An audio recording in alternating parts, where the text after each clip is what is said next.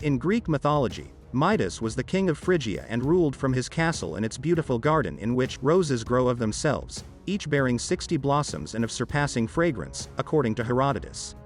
One day, some of Midas' people found a drunken old man near the garden and brought him before the king. Midas recognized the old man, who was god Dionysus' closest reveler, the satyr Silenus. Instead of punishing him, Midas hosted the satyr for 10 days, offering him food, drinks and entertaining him.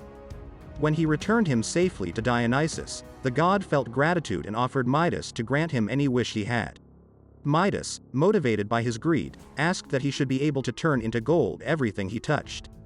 At first, Midas gained great wealth and power from his unique ability. But he later realized that it was more of a curse than a gift. Even the water and the food that he touched was turning into gold. He could not enjoy even the simplest joys in life anymore. Midas went back to Dionysus and begged him to take back his power. The Great Trojan War started with a few envious gods and an apple. During the wedding of Thetis and Peleus, the goddess of discord, Eris, was not invited for apparent reasons. Eris felt offended and, arriving at the wedding, tossed in the middle of the feast of the gods a golden apple, saying, "To the fairest." The apple was claimed by Hera, Athena and Aphrodite, sparking a vanity-fueled dispute among the three. The goddesses asked Zeus who the apple belonged to, in other words, who is the fairest of them all, and Zeus said that Paris, a mortal man and the rightful prince of Troy, should choose. Paris at the time was living as a shepherd on Mount Ida and was not aware of his royal descent. He had been abandoned as a baby, because of an oracle that said he would cause the destruction of his city. The three goddesses appeared before the shepherd Paris and asked him to choose who is the fairest of them all. Because Paris at first was unable to choose one, each of the goddesses offered him a gift. Hera offered him wealth and kingly power, Athena wisdom and glory among men, and Aphrodite offered him the love of the most beautiful woman in the world. Without hesitation, Paris gave the golden apple to Aphrodite. From that day on, Aphrodite was offering counsel to Paris. She was the one that informed him of his royal blood and led him back to Troy. The events that occurred in the myth of the Apple of Discord would lead to the greatest war of Greek mythology. The Trojan War is an epic poem, written by Homer. Having been promised by Aphrodite the love of the most beautiful woman, Paris abducted Helen, wife of Menelaus of Sparta. Refusing to return Helen, Menelaus' brother, Agamemnon, gathered a great army of Greeks to sail to Troy. At Aulis, the army was gathered, with the greatest Greek heroes among them, Achilles, Patroclus, Odysseus, Nestor to name a few.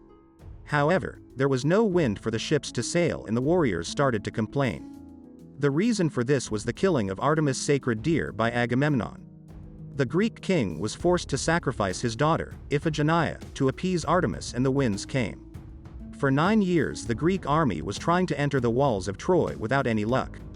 Finally, Odysseus had an idea to build a gigantic hollow wooden horse, in which a small group of warriors would conceal. The other Greeks appeared to sail for home, leaving behind the horse as a gift to the Trojans. Despite the warnings of Cassandra and others, the Trojans took the horse inside the walls and celebrated with a lot of wine and music. When everyone was asleep, the Greek warriors crept out of the horse and opened the gates. The Greek army entered without resistance and Troy fell. Achilles died during the battle, having been hit in the heel by an arrow. The gods also took part in the war. Hera, Poseidon and Athena aided the Greeks, while Ares and Aphrodite the Trojans. Odysseus, also known with his Latin name, Ulysses, was a great hero of Homer's epic poems Iliad and Odyssey. The Odyssey recounts his adventures since he left Troy, in his effort to return home. His wandering lasted for no less than 10 years. His adventures were many. He fought against the Chacones, broke free from the Lotus Eaters, escaped with cunning the Cyclop Polyphemus and son of Poseidon by blinding him, making the sea god his enemy.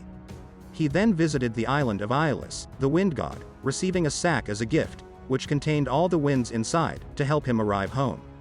As they were arriving in Ithaca, 2 of his men opened the sack out of curiosity while Odysseus was sleeping and their ship was once again away from Ithaca because of the storm that followed. He then survived the Laestrygonians, a tribe of man-eating giants, and landed on the island of the sorceress Circe. With the help of Hermes, Odysseus left the island and journeyed to the underworld, to get help from the blind prophet Tiresias who had died. He then passed through the sirens and their seductive song by blocking the ears of his men with wax and ordering them to tie him up to the mast, so that he could not jump and join the sirens. His next challenge was to cross the strait between Scylla, a six-headed monster, and Charybdis, a violent whirlpool, which he managed to do by sacrificing 6 of his men. He lost the remaining of his men and his ship at the island of Thrinacia, after Zeus threw a thunderbolt to appease the sun god Helios.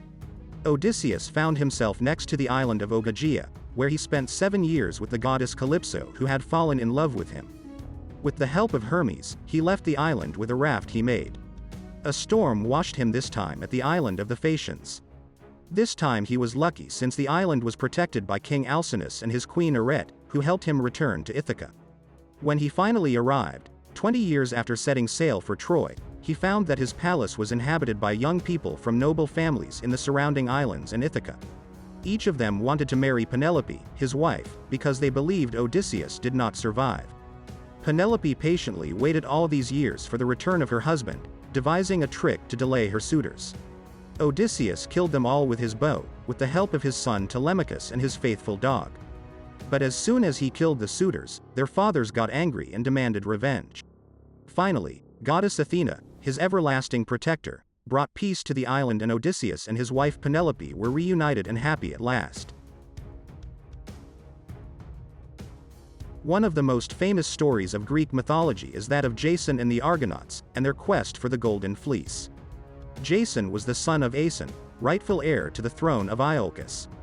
Peleus, the half-brother of Aeson, took the throne of Iolcus, bypassing Aeson and locking him in the dungeons. Peleus received an oracle from Delphi that a descendant of Aeson would seek revenge. Peleus believed that Jason was the one that the oracle meant, so he sent him to undertake an impossible mission, hoping that he will be slain in the process. The mission was to retrieve the Golden Fleece from the land of Colchis.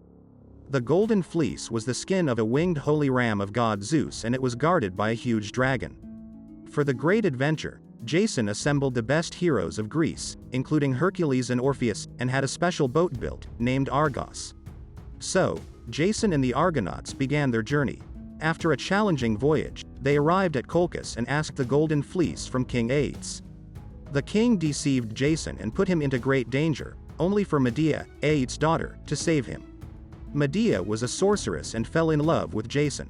She told him that she would help him retrieve the fleece if he would then take her back with him and marry her.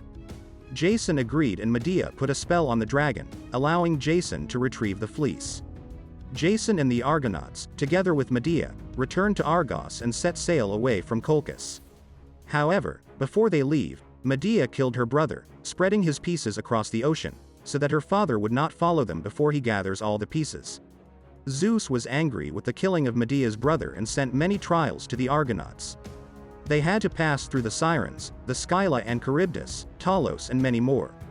By overcoming all of these obstacles, the Argonauts redeemed themselves and managed to return back home and give the Golden Fleece to King Peleus. Jason kept his promise to Medea and married her. With her help, they killed Peleus and had 2 children together. Tragedy, of course, could not be absent from this story either. Jason fell in love with Glaucus and, full of revenge and madness, Medea killed their 2 children, fleeing to Athens. Jason fell into despair. He returned to his, rotten now, ship, Argos, and sat on the sand under it. One piece from the rotten ship peeled off and killed him. Leto was a female titan and a favorite lover of Zeus in his early days.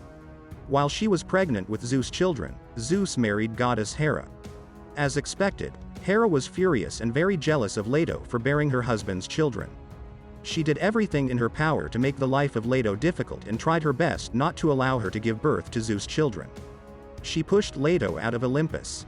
While Leto was wandering on Earth, no man would open his house for her, fearing the wrath of Hera. On top of that, Hera had the huge serpent Python to chase her. Zeus saved Leto by sending the north wind, Boreas, to carry her out to the sea. Finally, a desolate, rocky island named Delos accepted her, having nothing to lose. Leto gave birth first to Artemis and 9 days later to Apollo. The children would later grow up to become powerful gods and members of the Greek pantheon. Trained by their mother, they became very skilled archers. However, Hera's vengeance did not end there. She continued tormenting Leto, having Python chase her everywhere. Finally, only 4 years old, Apollo killed Python in Delphi. This story is connected to the myth of Leto. Niobe in Greek mythology was the daughter of Tantalus and Dione or Euryanosa. She was married to Amphion and had 14 children in total, 7 boys and 7 girls. She boasted about the fact that she was blessed with so many children and made fun of Leto that she only had 2, Apollo and Artemis. For her hubris, Leto punished Niobe by sending Apollo to kill with his arrows all of Niobe's boys and Artemis to kill all of her girls. Upon seeing her dead children, Niobe, in despair, fled to Mount Sipylus where she turned into a rock. The rock became known as the Weeping Rock. If you liked this video and want to see more, please support me with like and subscribe.